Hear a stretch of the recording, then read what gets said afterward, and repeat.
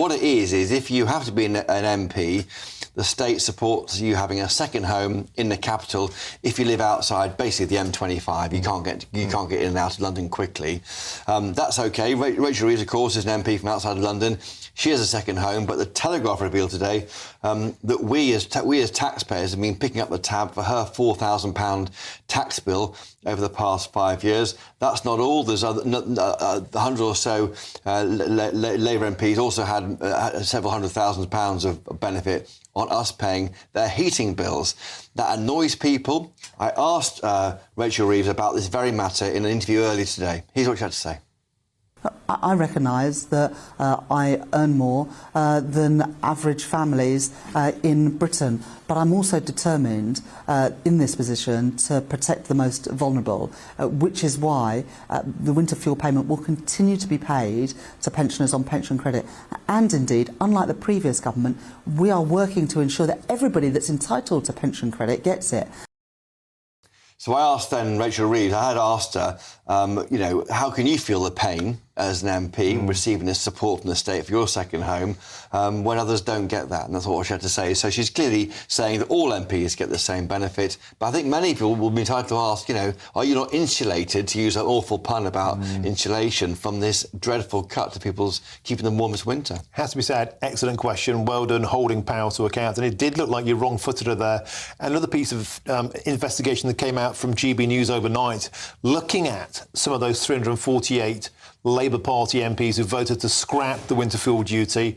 Astonishing, Chris, 70 of those seats are new Labour seats, so they swung from the Conservatives or the SNP. And the data, 90% of pensioners in those seats are set to lose their winter fuel allowance. And when you look at the geographical spread, there's lots of those seats in Northumberland and Scotland, where it gets colder. There's lots of seats in relative poverty. This could be a moment, a poll tax moment, something that could haunt the party for many years to come. I think back to the increase in state pension of 75p under Gordon Brown. They had to deal very quickly with that to push that one down. The tuition fees drama with the Liberal Democrats still being talked about 12 years later by people about Liberal Democrats' record in government. Will this be the albatross hung around the necks of this Labour government? And it certainly will be in one of the first or top page, certainly, of attacks on this government when its MPs are up for election in 4 or 5 years' time. And we're already seeing the Conservative Party is putting literature out in these seats. They're trying to target every... I'm not surprised by 90%. I mean, these are swing seats. Many of them, Reform will be second. They'll be making a lot of hay in that. We had Lee Anderson on yesterday. He's worked out how many pensions in his seat are now £300 poorer per year. 86%, I think he said. That's right. So, yeah, 90% or so, but that seems about the average. I did ask the Chancellor earlier, there's a big push to get poorer pensioners to sign up for this pension credit. 800,000 haven't signed up for it. I said, if they all sign up for it, wouldn't it wipe out the saving, the £1.5 billion saving, justified by helping this economic black hole? And she basically accepted that, saying she's very keen to get everyone who needs the benefit to get it, rather than it go to everybody else. It would more than wipe it out. And another key point, of course, David Lammy just found £600 million for Ukraine. Stick around, because I'd like to put this now to somebody at the sharp end of this debate, somebody who's going to be directly, personally affected by this, and that is the former newspaper editor Don Briggs, who joins me now. Don, welcome to the show. I understand that, of course, you're a pensioner yourself, and I want to get from you, Don, the personal impact of these political decisions made far, far away.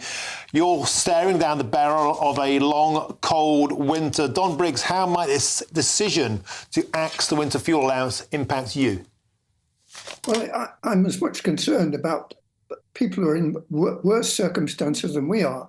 I mean, I've been caring for 11 years now for my wife, Marion, and soaring costs of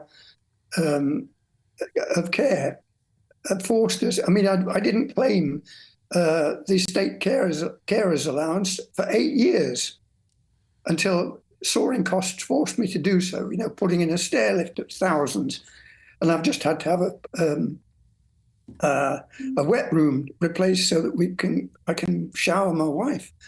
But things like that, carers, hairdressers, all those kind of things, up to 4 washers a day, and having to keep the house on at the temperature in the house where my wife and I are sitting, for her sake, it's around 22 degrees a day to keep her comfort, despite she's now sitting even so in with a blanket round her knees. But I think, pensioners made this country, the people today. I mean, we're 87 and 88, but it's pensioners who made this country stable and prosperous. They're the ones who've scrimped and saved and gone without. And I mean, my wife is cared for 3 girls for 16 years before she went and found work again. She's on a pittance of a state pension. That's another thing as well.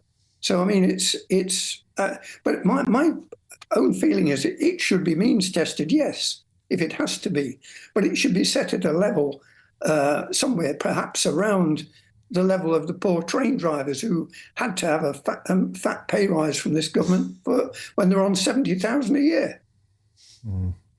Now, Don, could I also ask you about something else? Winter fuel allowance, of course, is one thing, but also it was announced pretty soon after the Labour Party got into power, they were scrapping the notion of the care cap. If you remember, the previous government had an £86,000 social care cap in place. It was called the dementia tax when Theresa May tried to bring it in. But in fact, the Labour Party are now planning something similar. So there could be, even those who did the right thing, even those who saved all their lives to take care of themselves or their loved one, could see that money simply sapped away. Don Briggs, do you start to feel that to the Labour Party, pensioners simply don't matter? Well, I would say that since Attlee in 1945, Labour governments have been disastrous for this country. And this one is going to be just the same. I mean, Blair set the Middle East alight for a start. I mean, Winston Churchill warned about lawyers as prime ministers. And we had Blair, and we've now got Starmer.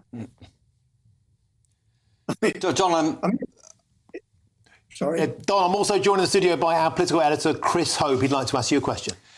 John, you're a former journalist. You know readers. You know how they think. Do you think this will be quite damaging to the Labour Party? Martin Daubeny was there talking about those figures showing so many issues there for Labour, new Labour MPs facing the choice to be made here, with 90% in some cases of pensioners affected. Will there be a fallout, do you think, for this Labour government? And can I ask, and how did you vote? Are you a Labour supporter or a different party? Well, I voted. We have Esther McVeigh as our MP for Tatton, and she is what I would call a true Conservative with a small c. We had it not been for Esther McVeigh being there and her record as a good MP for the people of Tatton, I would have voted Reform, and so would my wife. But you voted for the Conservatives at this time, Don. Yes, may I ask you, we spoke to a pensioner, a carer for her father earlier in the show, Catherine Plant, and we asked her, and I'd like to ask you now, if you could pass on a message, if you would like to say something to Sir Keir Starmer, what would you say? I would say that he should think about pensioners. There's an awful lot of them who are struggling and are fearful about the winter. I mean, today in the Western Mail here in South Wales, where we are, there is a report that 1 in 4 children are living on the poverty line. They're sleeping in mouldy beds or on the floor. Now, this is all families. There's no help coming from pensioners to help them. And Don, may I ask you, we heard so that the cost saving of this £1.4 billion in the grand scheme of things, of course, it's a lot of money, but it's not a lot of money compared to a lot of the things you mentioned there, the pay rises, 5.5% pay rise costing £10 billion for teachers and NHS workers. And in fact, we found out, Don, about an hour ago that David Lammy, the Foreign Secretary, has just given an extra £600 million to Ukraine.